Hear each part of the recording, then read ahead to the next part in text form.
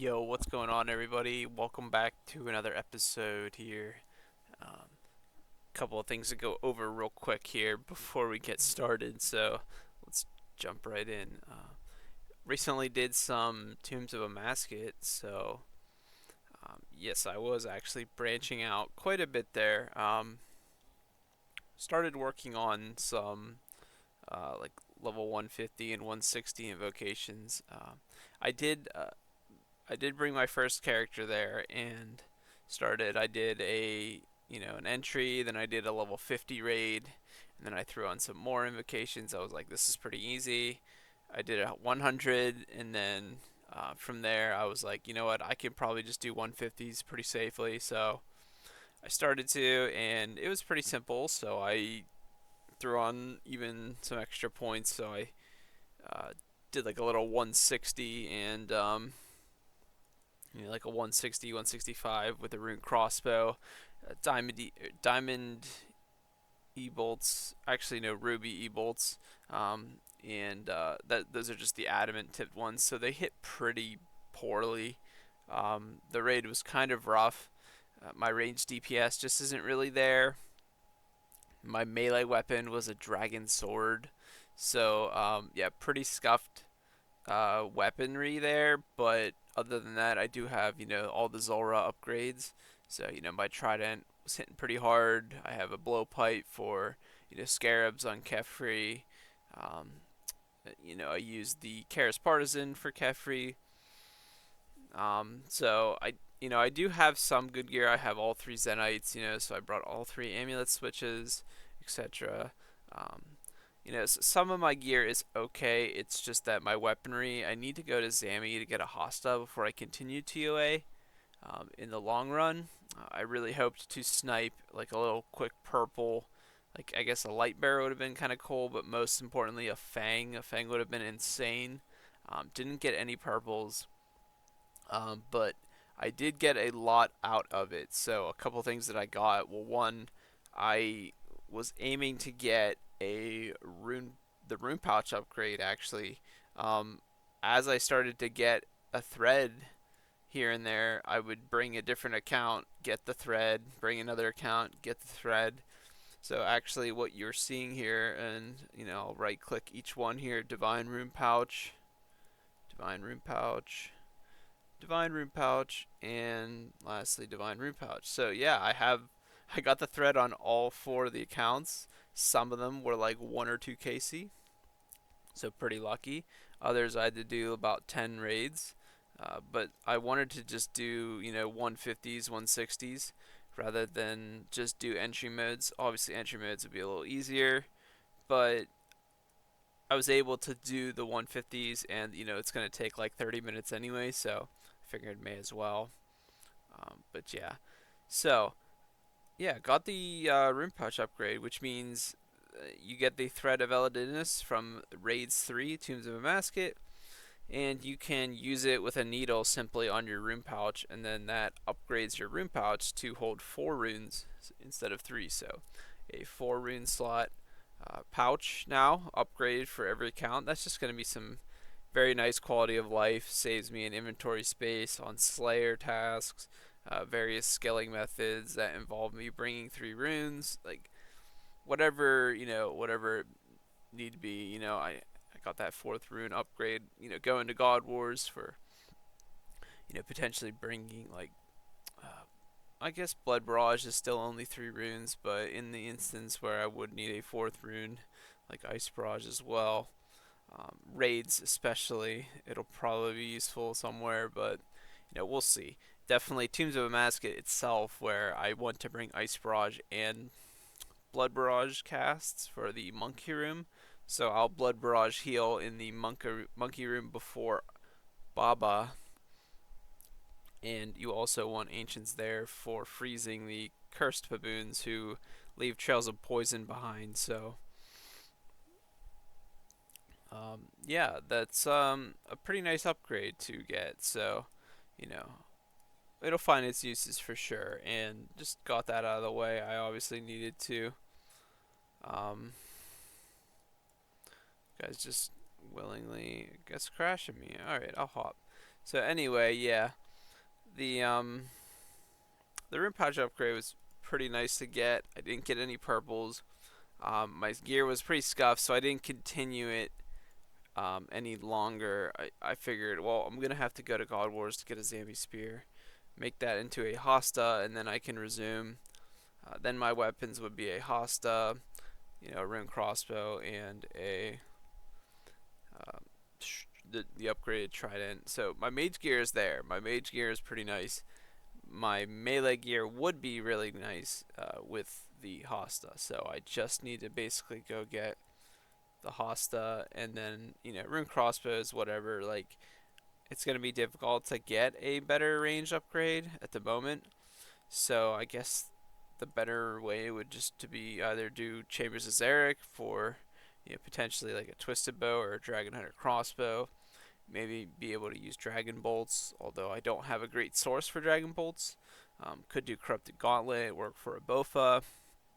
That's obviously a powerful weapon and could be one of the routes that I take, or yeah, just maybe hope to snipe something like an ACB. But again, still just not having the Dragon Bolt upgrade. Probably just gonna be stuck with a rune crossbow for a while, and a blowpipe. But that should be okay for now. As long as I get a better melee weapon with the Fang, then I can Fang the Warden at the end. I can Fang Kefri, I can Fang Baba, I can Fang Akka, I can Fang basically everywhere that I'm currently meleeing with the Dragon Sword. Obviously, it would be an insane upgrade.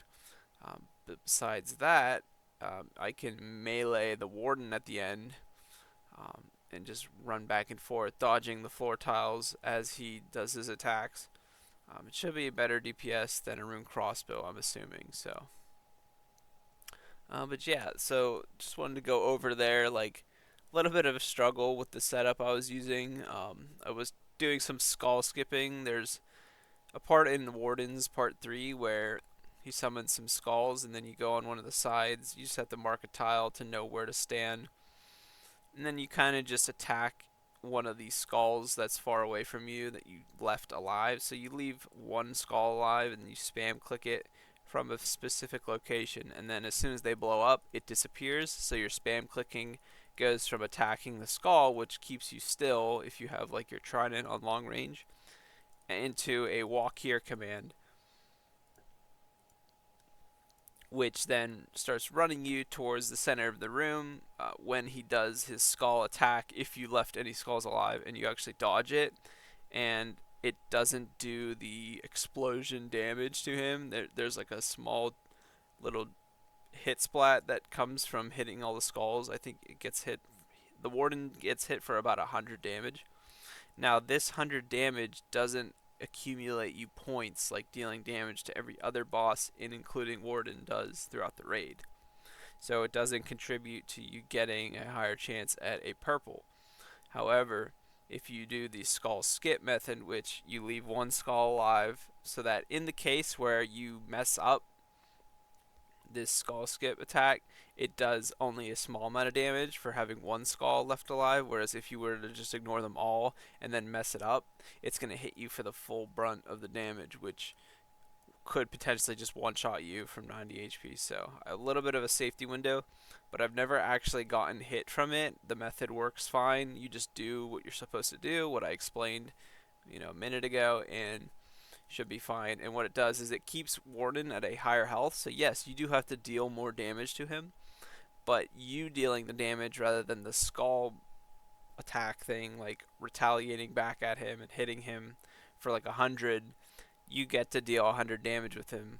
And once I get a Fang and I can just poke him for a couple like 40s back and forth, I think you can hit like 50s with the Fang.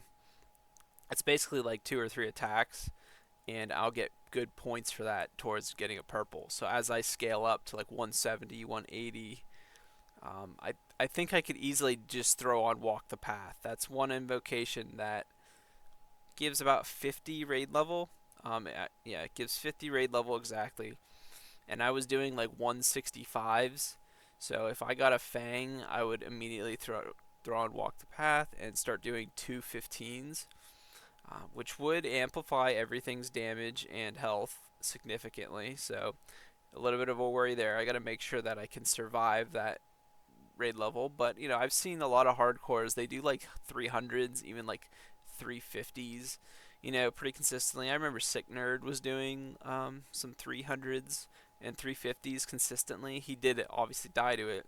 That's why I'm shying away from going that hard. I'm gonna be keeping the raid invocation at a safe level. Because if you start making mistakes, it spirals downhill very quickly, and um, I do make a mistake here and there. I take some damage, but I can reheal it, and as long as it doesn't put me into serious danger, then I can just reheal it safely and not have to teleport out or risk getting killed. I actually did drop a little bit low on some scenarios, so the monkey room sometimes just like shreds you. I think it's because I was a little bit slow to killing some of the shamans in the room, and the shamans in the room just start summoning the little baboon thralls, and they actually add up a lot of melee damage. And I didn't barrage the clump with blood barrage in a while, so I got chipped down pretty far. I wasn't praying melee because I was trying to kill other monkeys, and I dropped pretty low. I dropped to like 30 health. It was like 34 HP I was on, and then a previous instance, I actually forgot to fix like the pillars or the vents, which is part of the mechanic of that room. Um, you have a little red skull effect that goes over the pillars or the vents, saying that something feels wrong. You need to go fix them, or else the room's gonna collapse or the vents are gonna spew fumes, um, and you're gonna get hit for like a 30 to 40. I believe this damage goes up the more your invocation is, but currently it was hitting me for like a 30. And yeah, I dropped to like 34 health. So had that accidentally happened again when I dropped low to all these little baboon thralls, then I literally could have died there. So I was a little bit aware that yeah, I was not playing perfectly, and I need to watch this raid invocation as I go up. I need to kind of perfect my strategy there in that room, because I need to always be watching my health and blood barraging clumps back up rather than focus on straight DPS on the monkeys, because if I look away from my health too much, um, then things could get dicey. Maybe even just using some brews in that room as I drop low, as the later waves happen, not just rely 100% on blood barrage. In fact, I think some people will just take thralls in. Some people will just take the Arceus spellbook and use thralls, um, just for the added boss damage. That could be a good idea for me, considering that my DPS is pretty lackluster with the rune crossbow. So I could definitely choose that option, which would leave me unable to ice barrage freeze the curse baboons, which leave venom behind. So it would be a little bit harder to kill those. Um, but and then I wouldn't be able to blood barrage clumps of the thralls to back to full health. So I kind of would need to just brute force heal back up with brews, which I'm not sure how that's going to go at a 200 plus. So we'll see. I'll take off some invocations and then add walk the path, so that walk the path puts me at like 180, 190 ish. That way it's only a small increase from like the 160s and 165s I was doing. And then as I learn walk the path a little bit better, then I will throw on those other ones to get back to like that 215-ish that I could potentially see myself doing. I could do even more. I could probably do like a 235. There are some warden ones that I could easily throw on, so I'll probably end up doing like a 230, 220 as like the comfy level, as long as the raid goes pretty smoothly at 215 with walk the path. Then I'll probably toss something else on and end up just camping some like 220s, 225 raid levels. So that's TOA. That's the TOA plans in a nutshell. I didn't snipe a purple. It would have been insane to just even get a purple. I was pretty hype. I was on Discord with my buddy a lot of the time and streaming to him the loot right at the end whenever I'd kill Warden, and he'd watch me go in, and I'd have the screen all zoomed in and then walk up to the reward chest, and it would reveal either white flames or purple flames, right? It was always white, unfortunately, but it's pretty hyped to do it that way. But yeah, that's kind of the Tombs of Amascut plans. I think the next goal would be to go to Chambers because I'm missing a couple massive and common items there. Um, if I go to Godwars and get a spear, then I would do a mix of um, Tombs of Amascut and Chambers. But if I want to send any more raids at the moment, I would probably go to Chambers rather than do more TOA. And that's because a Fang isn't really going to help me at Chambers anymore.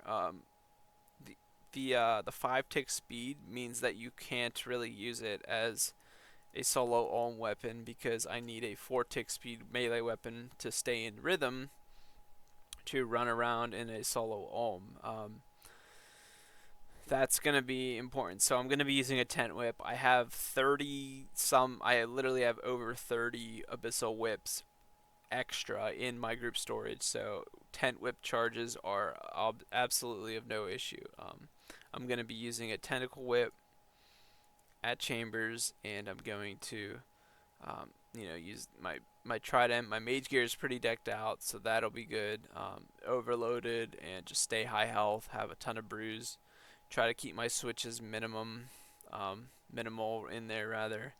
I'll probably be bringing blowpipe and rune crossbow and do a running method on the head where I typically don't ever get hit by ohm, so I would just be getting bumped by some crystals now and then that fall on my head, but it's difficult to avoid them. Hopefully, as long as I go into the head phase with like 3 or 4 brews full still, then I could easily do that. And then you got 2 blowpipe specs typically could heal you. And in worst case comes to it, I run low on brews and I'm low health and I have to just escape crystal out. So don't want that to happen, but I might have to leave some ohms depending on how ridiculous he specs me out, and I just need to work on perfecting my methods. So, hammering the melee hand at the start, getting into rhythm with 4 to 1 or 4 to 0, and yeah, see how it goes. So Chambers' Eric will be up next on the menu if I don't make it to God Wars first, because it would be great to get some preserve scrolls. So preserve is a 1 in 10 chance, similar to the thread of Elodinus, to upgrade the rune pouch.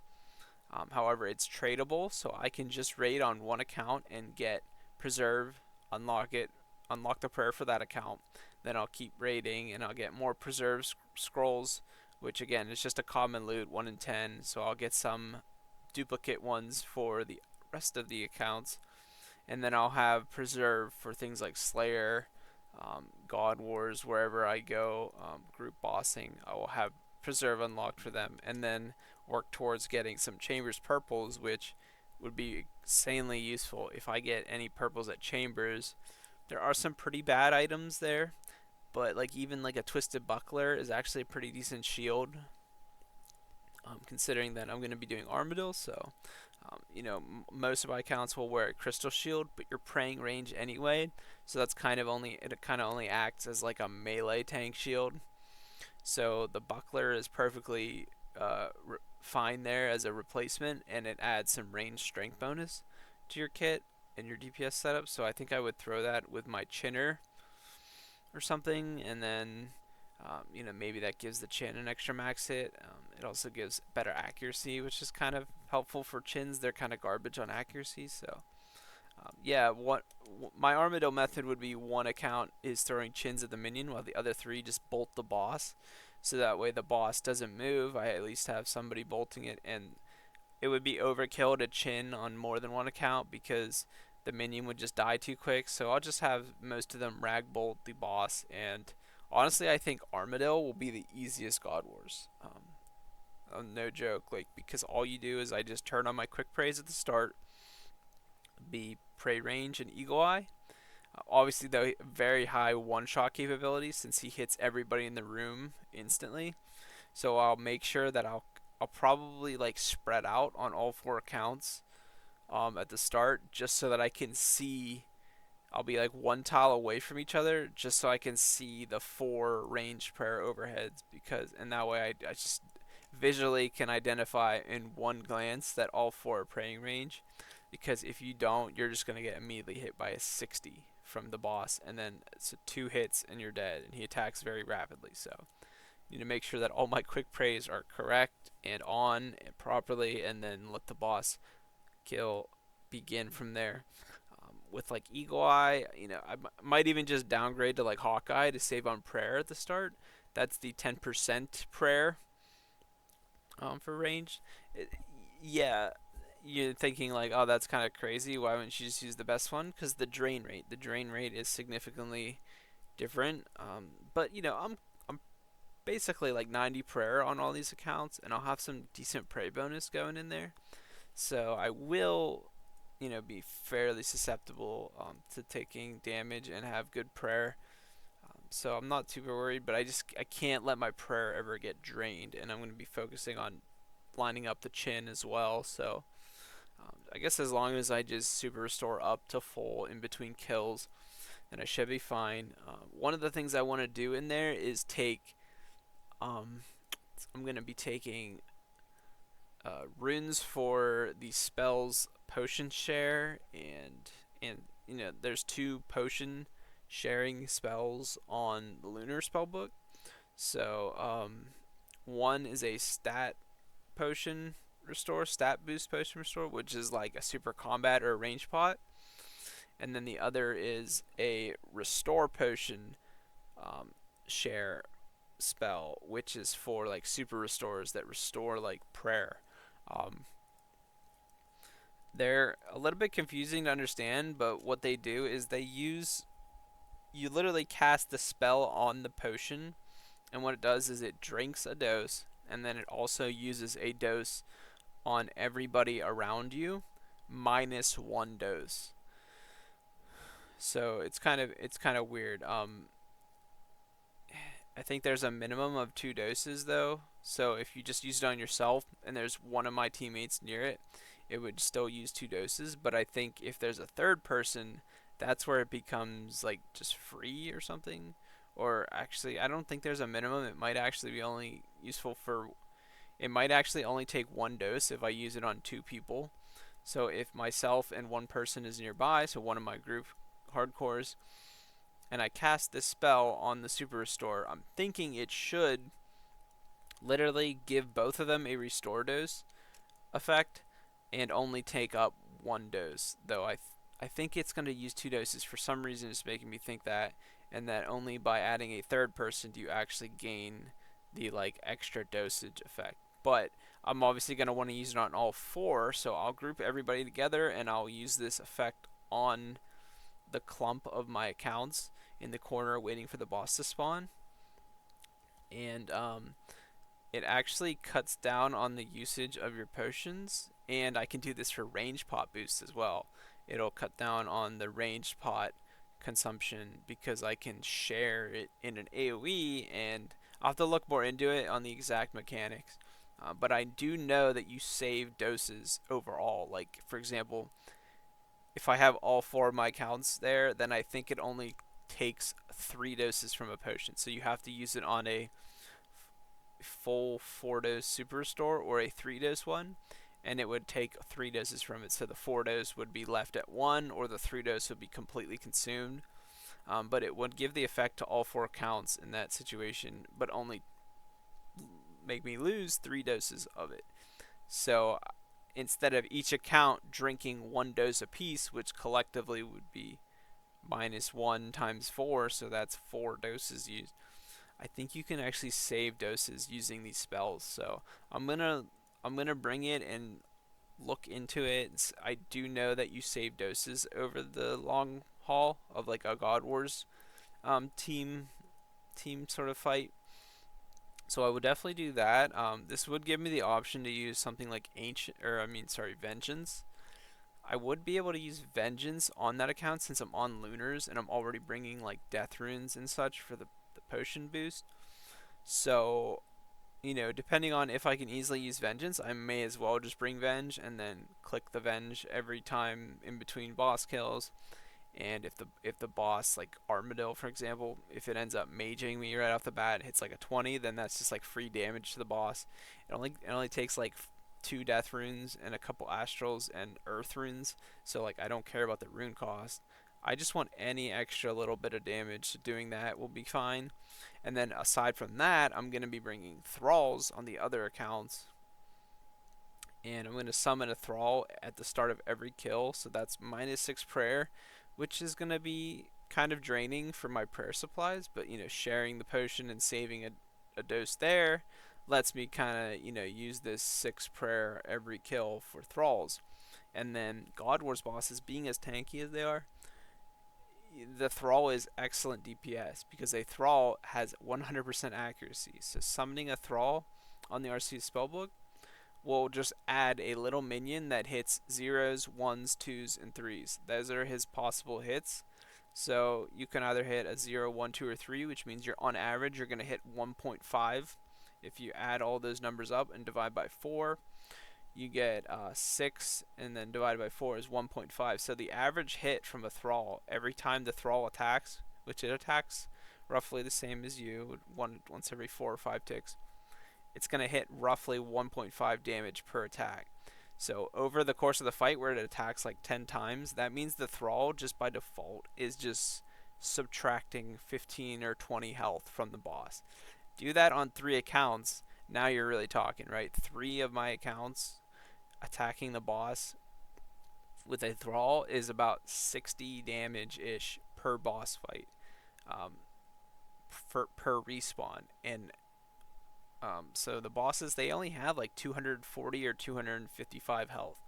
So you subtract 60 from that, now you're talking about a boss only has like 200 or 190 ish, 180 HP. Like that's just such a massive chunk to say, okay, the boss by default is going to only have like 180 damage that needs dealt, because thralls are going to be just wailing on it and doing like 40 to 50 damage guaranteed. So I am going to be using that so that way that the kill just is more averaged out. There's no like insanely slow kills where things start to go haywire. Like I can't have any of these non-smooth kills. I need every kill to go down quickly so that I can then focus on maintaining my health and prayer on all 4 counts. That's going to be the hardest part.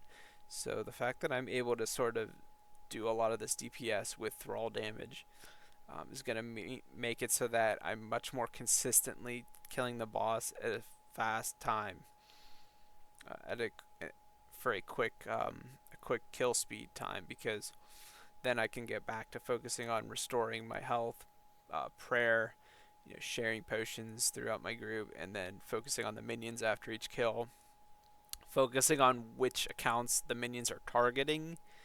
That's going to be a big one because the minions can kind of shred you. So that's going to be kind of scary. It's I there there might just be a sort of damage, overwhelming damage threshold that I end up taking where every boss kill it's just a little bit too tanky and I can't kill it fast enough before some of my accounts get dropped seriously low, and to be able to spot which account is getting brought down that low and recover it in time. There might be a second account that's getting wailed on, and then I need to go locate that and then heal that account up. And there's nothing saying that all 4 accounts don't get shredded by like a couple back-to-back 20s from like the boss or the minions, and just everything just turns to hell. And I literally just am scrambling trying to figure out which accounts are dying. Like I'm a hardcore group, like I can't let any of them die. So I you know it, I don't know how it's gonna go. That's the thing. There's an unknown factor here in the fact that when I try this out, I will not know how exactly it's going to go. I'm thinking because I have so many DPS accounts that it should go down quicker and smoothly, a lot smoother than I'm thinking. But in the instance that these fights just go on too long and I have to kind of bail on my first trip, only a kill or two in because they're just taking too much damage and it's too difficult to manage, then I'm gonna have to deploy some other tactics, and that involves doing more frequent trips, and every start of every kill do like a pre-Brutos up to literal 115, or an angler every, pre-angler on every account. That means basically my inventory will be like 10 angler fish, a few brews, and then a few restores and some boost potions. That way, but literally at the start of every kill, I will like pre-angler my accounts up to literally 99 plus the angler. So I think you'll sit at like 120 or 121 health. And that way, when I go into the kill at the start, getting chunked for a 20 just brings me back to like normal 99 health, rather than starting at 99, which, yeah, you're starting at full health, 99 health. That's great, but if then I start taking like a 20, okay, now you're down to 70, 60. Now you got to heal up on this account and you got to focus. And then another account's getting hit. Now I got to heal up on that. So I may need to deploy this different strategy, an idea in which I pre-brew or pre-angler every single kill on all 4 accounts. That way I start the kill with as much health and as much window of damage threshold, ability to take damage from the fight, and not have to worry about rehealing, so that I can focus on just killing the boss quicker and then heal up in between fights. So like I said, I'm not sure how it's going to end up being, but I may have to do this, which would result in uh, a lot different of a trip. This would completely change my idea on how Godwars is going to go, because currently I'm thinking I'm just going to shred it. I have warhammers for the melee bosses, and I'll be chinning Arma, so like Arma should go down pretty quick. So long as I can kill the boss quicker than it can shred me down to low, and I'd have to brew up, then I should be fine. But again, this is like the backup strat that I would use to pre-angler every kill. And I might be able to pre-brew every kill if I bring enough restore or stat boost potions, for example, range pots at Arma. I could bring like 6 range pots, and I know that sounds like a lot. The boss also drops a lot of range pots, but I would potentially, if I have to overheal between every kill, then I could brew instead of anglering, since brews are held in 4 dose potions and anglers are only 1 per inventory slot.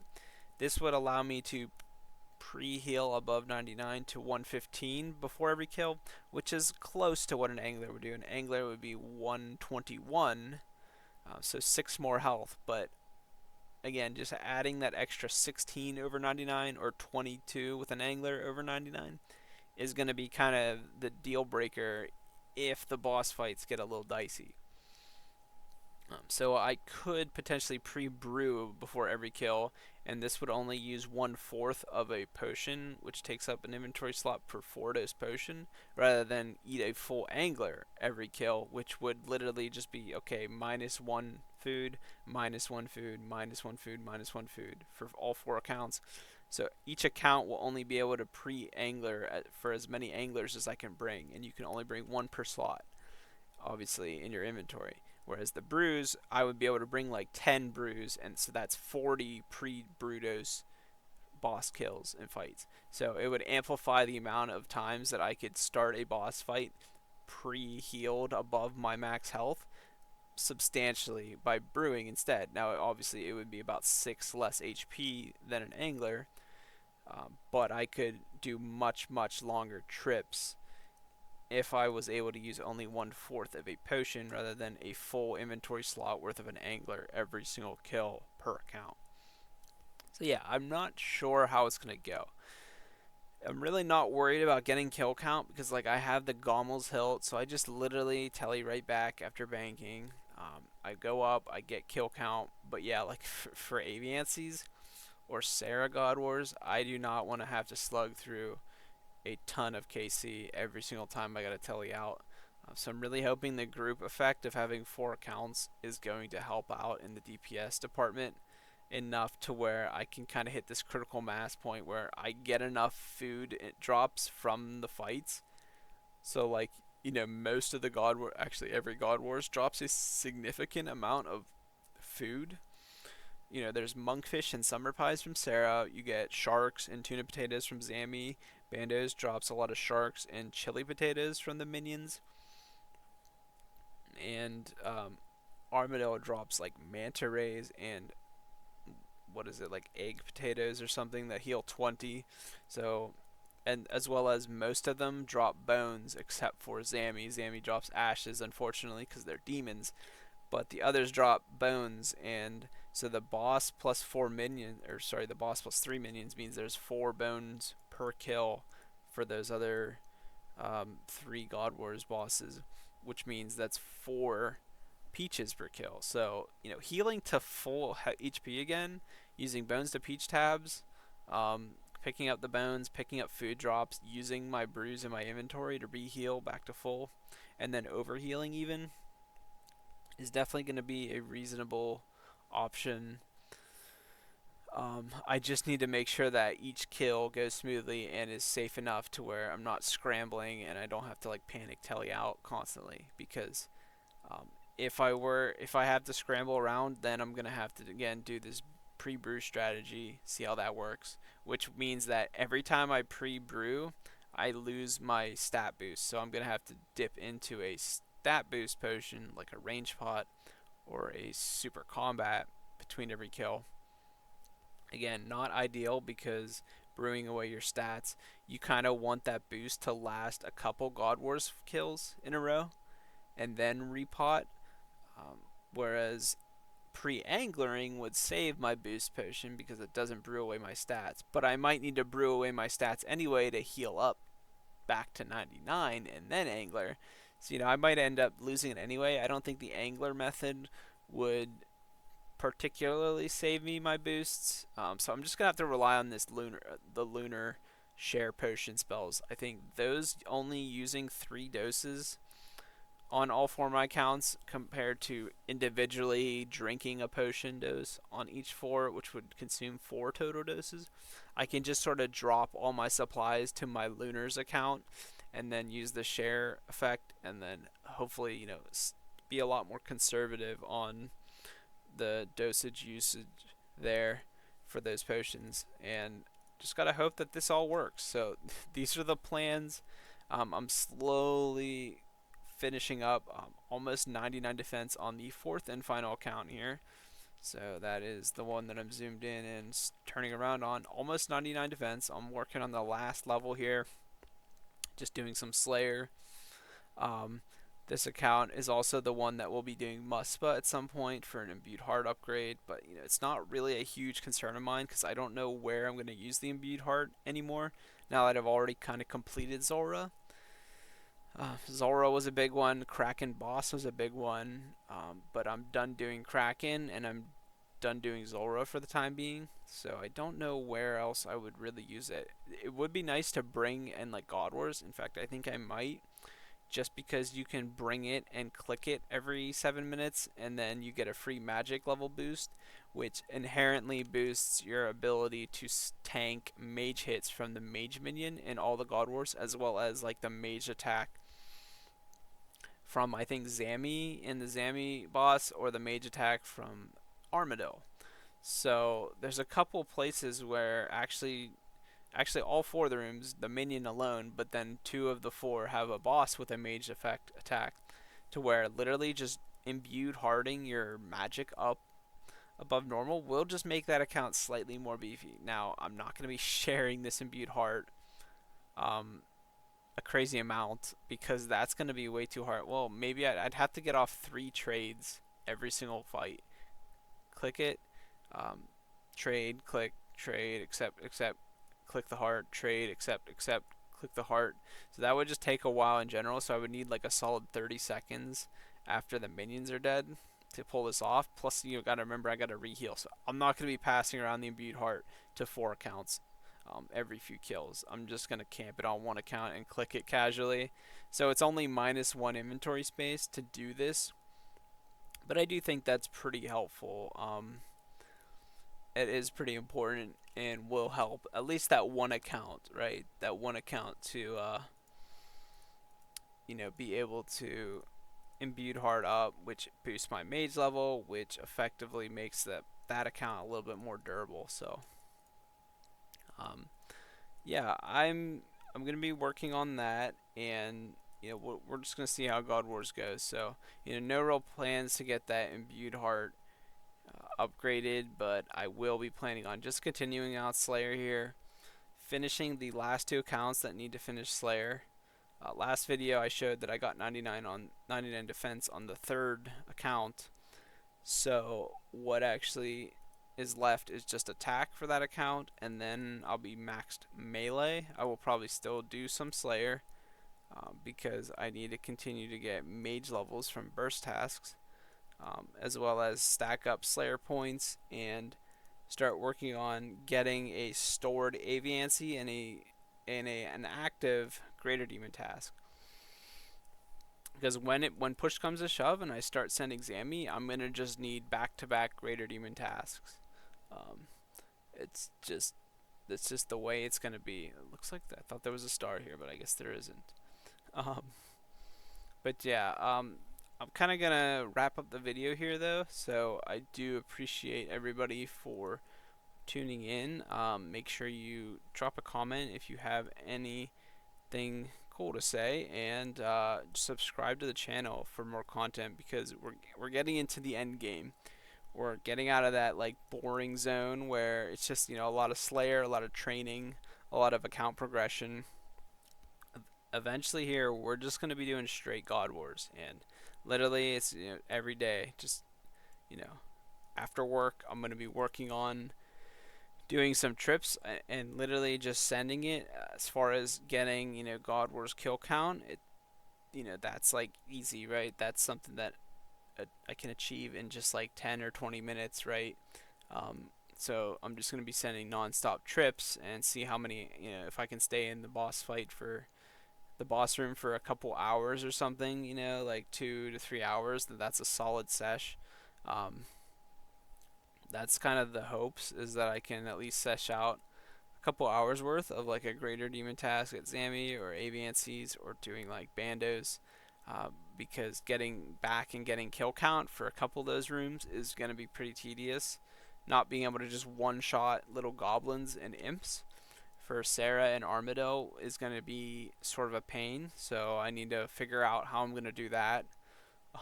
But yeah, other than that, going to be sort of wrapping things up here. So thanks everyone for tuning in. Stay tuned for more upcoming PVM content. Definitely going to be showcasing some more of the raids live on a video. So I'll be just talking my way through it as I go. So there will be no like pre-recording voiceovers. That's a better way to make a video typically, but what I want to capture with my channel is I want to capture like the live footage of me actually doing the raid and sort of speaking and talking myself through it as I explain to viewers, and as I sort of go through what I'm sort of thinking and how I'm doing the raid, etc. So I can't wait to get into Chambers of Zarek with that. Also show some of the Tombs of Amascut. I just sent some 150s to 160s, so not too difficult. It was never really too dicey, so nothing really, missed there. But yeah, thanks everyone for watching. Be sure to check out some future uploads here as we get into God Wars and some more raid content. So I will catch everyone on the next one. See you then.